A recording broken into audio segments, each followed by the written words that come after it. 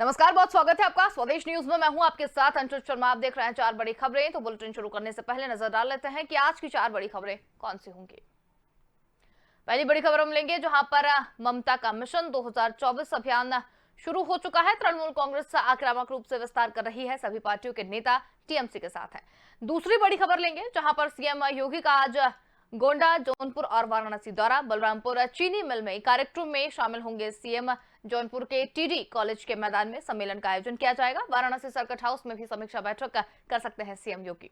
तीसरी बड़ी खबर मिलेंगे जहां पर रूस के राष्ट्रपति का भारत दौरा। व्लादिमीर पुतिन 6 दिसंबर को आएंगे भारत। पीएम मोदी से करेंगे मुलाकात। दोनों देशों के बीच 21वीं सालाना बैठक होगी।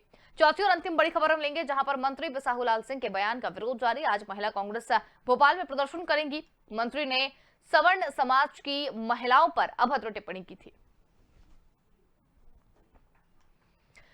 चलिए रुक करेंगे पहली बड़ी खबर की ओर, जहां पर तृणमूल कांग्रेस आक्रामक रूप से विस्तार कर रही है। पिछले कुछ दिनों से बात करें तो ममता बनर्जी के नेतृत्व वाली टीएमसी में गोवा फॉरवर्ड पार्टी के पूर्व कार्यकारी अध्यक्ष और बीजेपी के पूर्व नेता किरण कंडोलकर, जदयू से पूर्व नेता पवन कुमार वर्मा, कांग्रेस के जननायक जनता पार्टी में गए नेता और सांसद अशोक तंवर, बीजेपी से कांग्रेस में गए नेता कीर्ति आजाद जैसे चेहरे शामिल हुए हैं। वहीं इसके साथ ही राजनीतिक रूप से सबसे महत्वपूर्ण चेहरे की अगर बात करें तो इसमें मेघालय के पूर्व सीएम मुकुल संगमा और मेघालय विधानसभा में कांग्रेस के 17 में से 12 विधायक टीएमसी से जुड़ गए हैं। और हाल ही में राज्यसभा सदस्य सुब्रमण्यम स्वामी ने दिल्ली में ममता बनर्जी से मुलाकात की और नरेंद्र मोदी सरकार की आलोचना करते हुए ममता की सराहना की।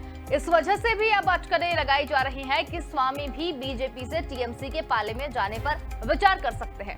टीएमसी को पश्चिम बंगाल के अलावा मणिपुर, अरुणाचल प्रदेश और त्रिपुरा में राज्य पार्टी के तौर पर मान्यता प्राप्त है और इसी वजह से टीएमसी को 2016 में राष्ट्रीय पार्टी का दर्जा हासिल करने में भी मदद मिली थी। हालांकि त्रिपुरा जैसे राज्यों में बीजेपी के आक्रामक विकास और बंगाल में टीएमसी के अपने मुद्दों से पूर्वोत्तर में पार्टी के इरादे प्रभावित हुए हैं।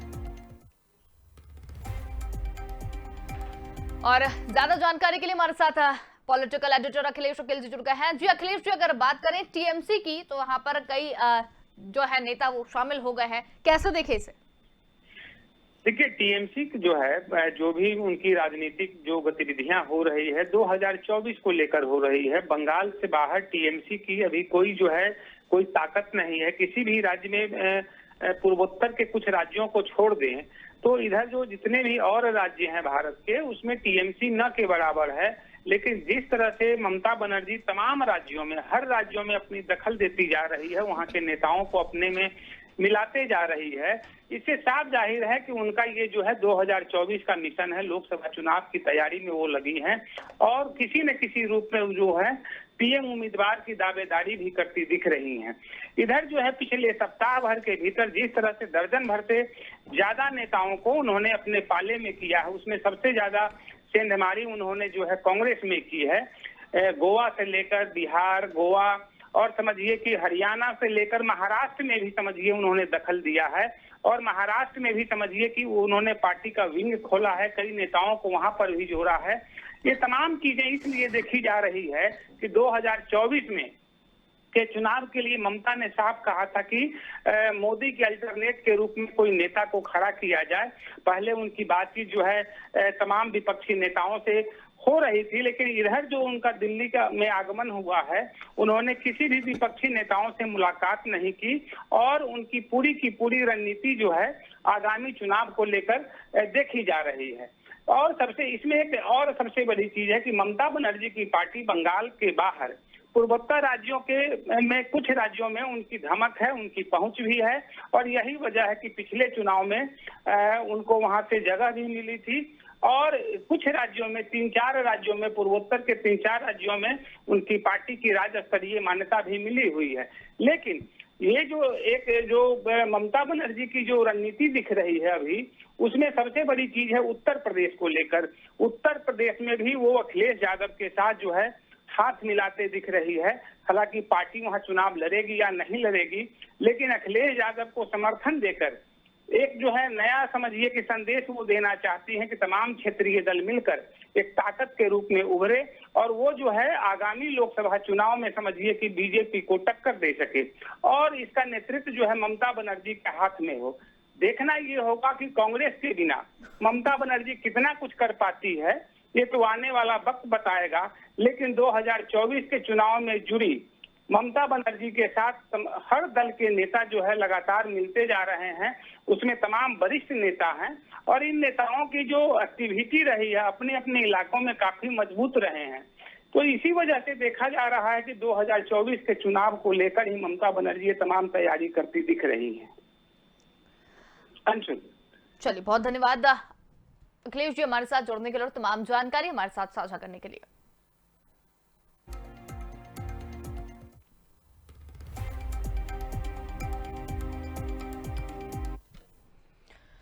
चलिए, रुक करेंगे दूसरी बड़ी खबर की ओर, जहां पर मुख्यमंत्री योगी आदित्यनाथ आज गोंडा, जौनपुर और वाराणसी में रहेंगे। गोंडा के मेजापुर स्थित बलरामपुर चीनी मिल में आयोजित कार्यक्रम में सीएम योगी शामिल होंगे। वहीं 1:10 पर बूथ अध्यक्षों के सम्मेलन में सीएम शिरकत करेंगे। इसके बाद जौनपुर के टीडी कॉलेज के मैदान में सम्मेलन का आयोजन होगा, जिसमें सीएम मौजूद रहेंगे। फिर मुख्यमंत्री योगी आदित्यनाथ 4 बजे वाराणसी पहुंचेंगे। वहां वे विकास कार्य और कानून व्यवस्था की समीक्षा बैठक करेंगे। सर्किट हाउस में यह समीक्षा बैठक आयोजित की जाएगी।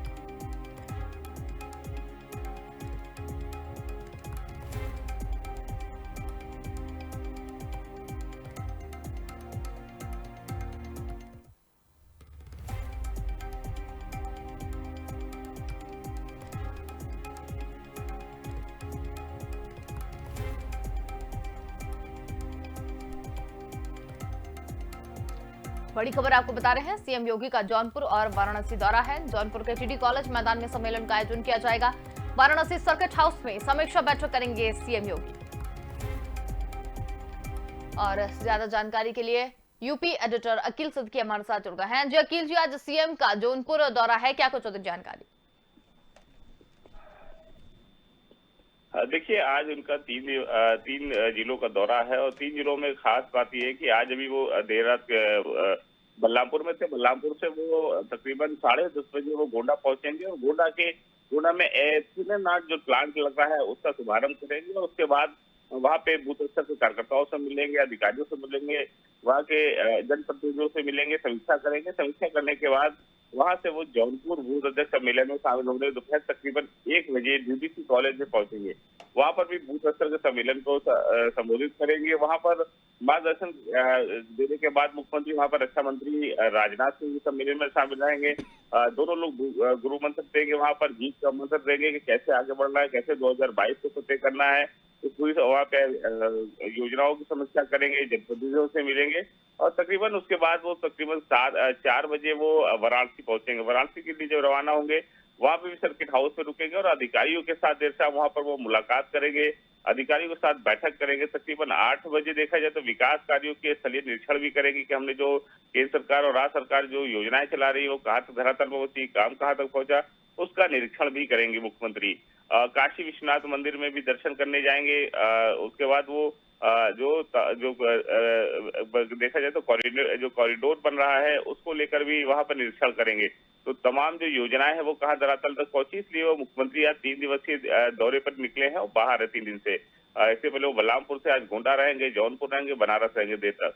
तो 3 दिनों में वो ये समझने की कोशिश करेंगे कि केंद्र सरकार की जो योजनाएं चल रही हैं और तमाम राज्य सरकार की जो योजनाएं चल रही है उस दौरान सारे अधिकारियों से समीक्षा करने के बाद उस स्थल का भी निरीक्षण करेंगे जहां पर योजना धरातल पर उतरी है, कहाँ तक काम पूरा हुआ है, कहाँ कमियां हैं, कहाँ जो कंपनी काम दी है वो कहाँ तक पूरा कर पाई है।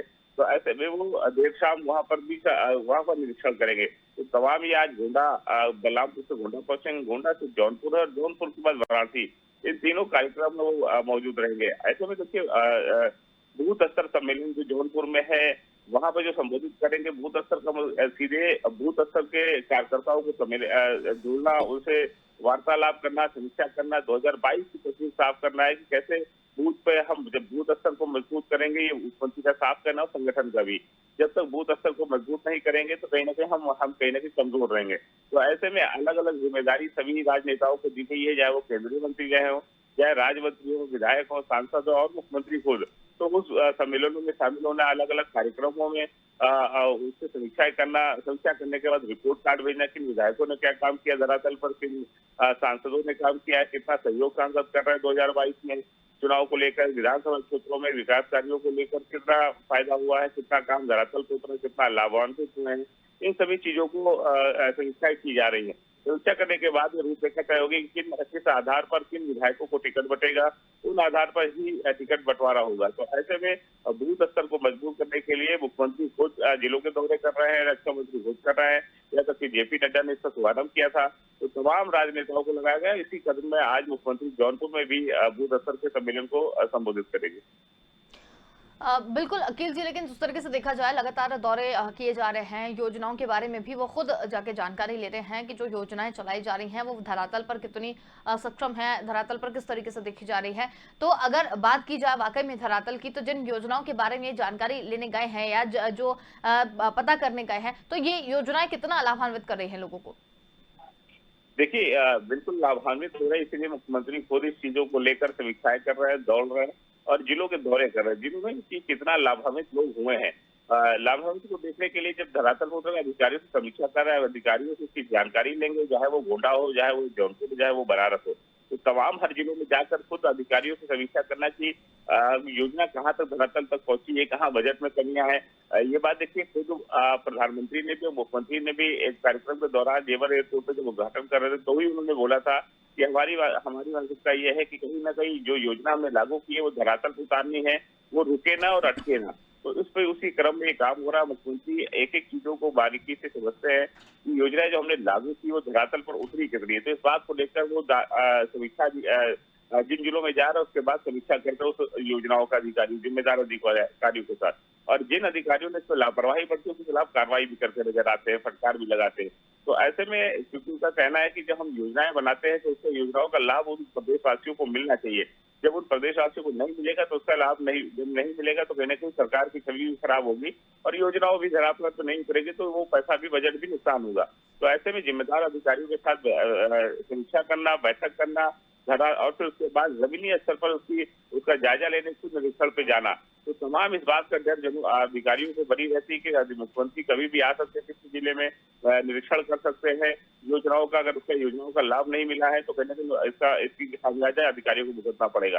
तो तमाम इसको अमली जामा पहुंचाने के लिए आज खुद मुख्यमंत्री जौनपुर, गोंडा और बनारस के दौरे पर रहेंगे, जहाँ पर जिम्मेदार अधिकारियों के साथ सर्किट हाउस में बैठक करेंगे, समीक्षा करेंगे, विकास कार्यों, कानून व्यवस्था की समीक्षा भी करेंगे। इसके साथ साथ जो कॉरिडोर बन रहा है बनारस से, उसके भी निरीक्षण करने वहां पहुंचे। चलिए, बहुत धन्यवाद अकील जी हमारे साथ में जुड़ने के लिए और तमाम जानकारी हमारे साथ साझा करने के लिए।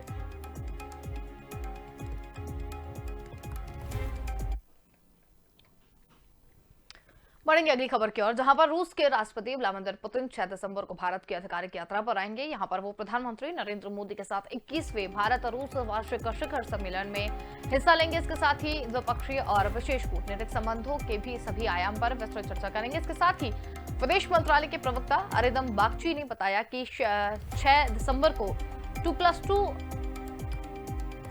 मंत्री स्तरीय वार्ता भी होगी, जिसमें दोनों देशों के रक्षा और विदेश मंत्री हिस्सा लेंगे। उन्होंने बताया कि 2+2 मंत्री स्तरीय वार्ता का हिस्सा लेने के लिए रूस के विदेश मंत्री सरगेई लावरोव और रक्षा मंत्री सरगेई शोइगु 5 से 6 दिसंबर को भारत आएंगे। बागची ने कहा कि इस बैठक में भारत की ओर से रक्षा मंत्री राजनाथ सिंह, विदेश मंत्री एस जयशंकर हिस्सा लेंगे। उन्होंने कहा कि 6 दिसंबर को राष्ट्रपति पुतिन और प्रधानमंत्री मोदी 21वें भारत रूस वार्षिक शिखर सम्मेलन में हिस्सा लेंगे। गौरतलब है कि पिछली बार भारत रूस शिखर सम्मेलन बैठक सितंबर 2019 को व्लादिवोस्तोक में हुई थी और कोविड-19 महामारी के कारण 2020 में यह बैठक आयोजित नहीं की जा सकी थी। पॉलिटिकल एडिटर अखिलेश वकील हमारे साथ इस खबर पर जुड़ गए हैं। जी अखिलेश जी, आपसे जानना चाहेंगे कि व्लादिमीर पुतिन 6 दिसंबर को भोपाल आ रहे हैं, कैसे देखा जाए इसे? देखिए, ये जो है भारत और रूस के बीच जो है ना ऐतिहासिक संबंध सरोकार है, पारंपरिक सरोकार भी है और भारत का बहुत अच्छा मित्र, पुराना मित्र अगर दुनिया में किसी को माना जाता है तो रूस ही है। तो 6 दिसंबर को अभी तक की जो सूचना है, 6 दिसंबर को रूसी राष्ट्रपति पुतिन जो है भारत की यात्रा पर आएंगे और उसके साथ जो है तमाम और मंत्री भी होंगे जो भारत के साथ बैठकर जो है उनकी वार्ता होगी, रक्षा के क्षेत्र में सामरिक वार्ता होगी, कारोबार, निवेश और ये जो है डेवलपमेंट से संबंधित वार्ता होगी। लेकिन दुनिया की नजर जो है इस वार्ता पर एक दूसरे तरह से लगी हुई है। ये वार्ता जो है समझिए कि एशिया प्रशांत क्षेत्र में जो भी घटनाएं घट रही है, जो तनाव है, जो परेशानी है, इसके बाद जो है अफगानिस्तान का मसला एक बहुत बड़ा संकट वहां फंसा हुआ है तालिबान को लेकर। तीसरी बात है सीरिया का मसला भी एक समझिए कि पूरी दुनिया में को उसे एक अलग तरीके से देखा जा रहा है। उम्मीद की जा रही है कि भारत और रूस के बीच ये जो शिखर वार्ता होगी, इसमें इन तीनों मसलों पर चर्चा की जाएगी। एशिया प्रशांत क्षेत्र की चर्चा हो सकती है, अफगानिस्तान मसले की चर्चा हो सकती है और सीरिया में जो घटनाएं घट रही है उससे जुड़ी हुई घटनाओं पर भी दोनों देशों के बीच में बातचीत की संभावना देखी जा रही है। लेकिन सबसे बड़ी चीज है कि भारत के तरफ से जो हमारे रक्षा मंत्री और रूसी रक्षा मंत्री के बीच बातचीत होनी है, इसके बाद दोनों देशों के विदेश मंत्री के बीच भी बातचीत होनी है। इन दोनों के बीच जो बातचीत का जो सार निकलता है, जो पहले से ही समझिए कि एक तरह से निर्धारित है, उसमें समझिए कि देखिए रूस से AK-203 क्लासिनोव राइफल जो है ना भारत को मिलना था, जो काफी लंबे समय से पेंडिंग चल रहा है। तो उम्मीद की जा रही है इस यात्रा के बाद और इस वार्ता के बाद जो है भारत को वो जो है AK-203 जो राइफल है। इसके अलावा जो है रक्षा, कारोबार, निवेश और समझिए विज्ञान के मसलों पर भी कई मसले ऐसे हैं जिस पर समझौता होना है और उम्मीद की जा रही है ये समझौता समझिए कि दोनों देशों के बीच अगर होता है तो दोनों देश की प्रगति इस पर निर्भर करती है। इसके अलावा सबसे बड़ी चीज क्या है कि क्योंकि ये दोनों देशों के बीच 21वीं वार्षिक शिखर वार्ता होती है। पिछले साल ये शिखर वार्ता नहीं हो पाई थी, 2019 में रूस में ही ये वार्ता हुई थी और पिछले साल समझिए कोरोना के कारण ये वार्ता स्थगित कर दी गई थी। लेकिन सबसे बड़ी चीज इसमें है कि क्षेत्रीय और अंतर्राष्ट्रीय मुद्दों पर इस पर चर्चा होगी और इस चर्चा में समझिए कि पूरी दुनिया की जो स्थिति है, जो सामरिक घटनाएं घट रही है, जो जहां पर तबाही हो रही है, जहां पर तमाम तरह के द्वंद्व चल रहे हैं, तो इस पर एक चर्चा होनी स्वाभाविक चीज है। और भारत और रूस क्योंकि पुराना मित्र है और पुराना मित्र होने के नाते समझिए कि दोनों देशों की वार्ता पर जो है दुनिया की नजर होती है, क्योंकि इसे क्षेत्रीय संतुलन कैसे बनाया जाए इस पर समझिए और अंतर्राष्ट्रीय मुद्दों पर दोनों देशों का क्या नजरिया है, इस रूप में इसको देखा जाना चाहिए। इसलिए यह शिखर वार्ता जो है भारत और रूस दोनों के लिए ही काफी महत्वपूर्ण है। बिल्कुल, बहुत धन्यवाद अखिलेश जी हमारे साथ जुड़ने के लिए और तमाम जानकारी हमारे साथ साझा करने के लिए।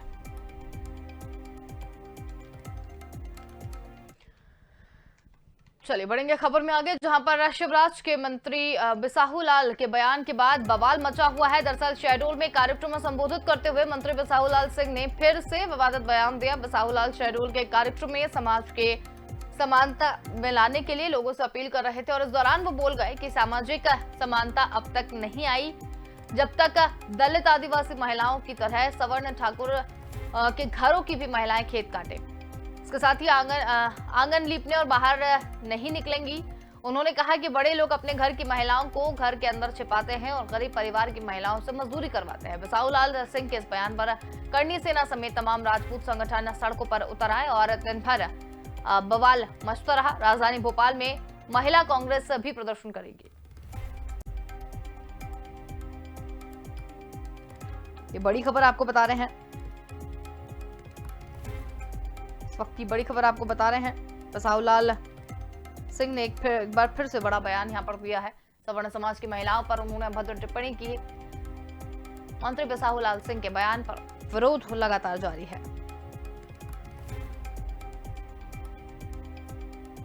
इस वक्त की बड़ी खबर आपको बता रहे हैं।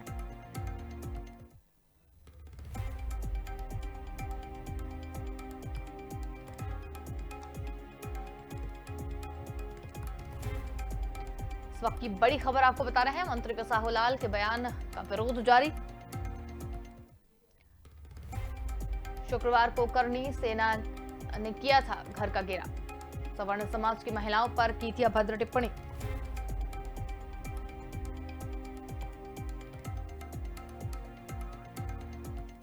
और संवाददाता विवेक राणा हमारे साथ जुड़ गए हैं। जी विवेक, मंत्री बिसाहू लाल सिंह ने जो बयान यहाँ पर दिया है उससे सवर्ण समाज के लोग काफी आक्रोश में है और बवाल जो है वो लगातार देखने को मिल रहा है। क्या कुछ अधिक जानकारी?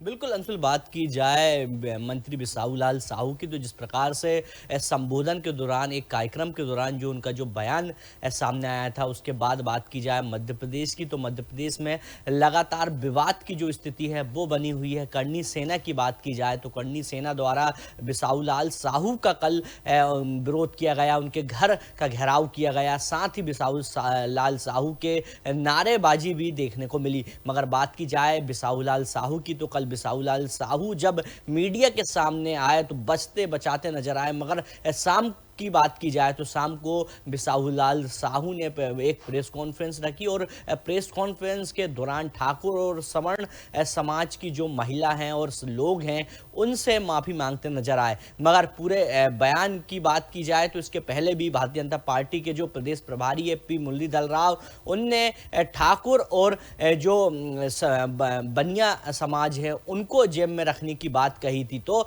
देखने वाली बात है, जहां एक और बीजेपी पार्टी के जो प्रदेश प्रभारी है पी मुरलीधर राव, उनका विवादित बयान आया था। उसके बाद बात की जाए बिसाहूलाल साहू ने एक कार्यक्रम के दौरान इस प्रकार का बयान दिया है। और बात की जाए कांग्रेस पार्टी की, तो कांग्रेस पार्टी आज 11:30 बजे ये जो मंत्री का जो बयान आया है, विवादित बयान आ रहा है, उसका विरोध करते नजर आएंगे। जी बिल्कुल विवेक, लेकिन जिस तरीके से देखा जा रहा है कि अब जो कांग्रेस भी है वो कहीं ना कहीं आगे आ रही है और प्रदर्शन करेगी। वो महिला कांग्रेस की अगर बात करें तो वो भी आगे उतरकर प्रदर्शन करती हुई नजर आएंगी।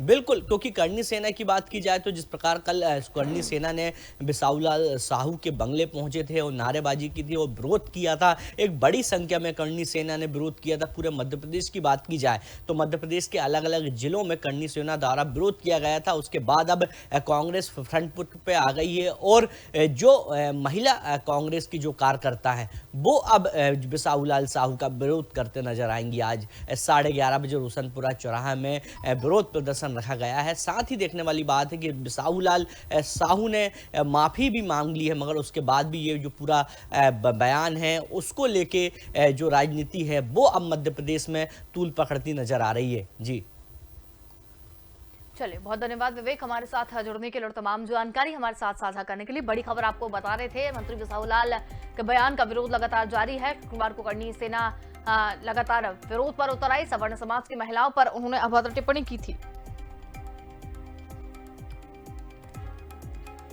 तो बता दें आपको, बड़ी खबर लगातार बता रहे हैं, जहां पर मंत्री के बयान से मचा बवाल। शुक्रवार को करनी सेना ने उनके घर का घेराव भी किया था। और फिलहाल के लिए इस बुलेटिन में इतना ही। देखते रहिए स्वदेश न्यूज, क्योंकि सबसे पहले देश।